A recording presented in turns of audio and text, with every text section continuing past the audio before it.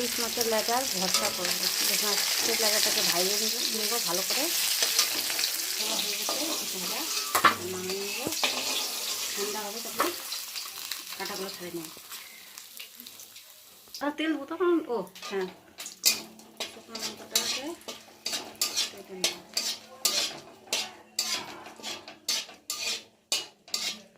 লঙ্কাগুলো হয়েছে নামিয়ে দেবো। এদিকে পেঁয়াজ আর কাঁচা লঙ্কা কুচি কুচি করে রাখছি, ভালো করে বেছে নিচ্ছে। এবার এটাকে মাখবে ভালো করে। শুকনো লঙ্কা, পেঁয়াজ, লঙ্কা, এই যে লবণ, শুকনো লঙ্কা তেল আগে দিয়েছিলাম, এই অল্প করে দিলাম।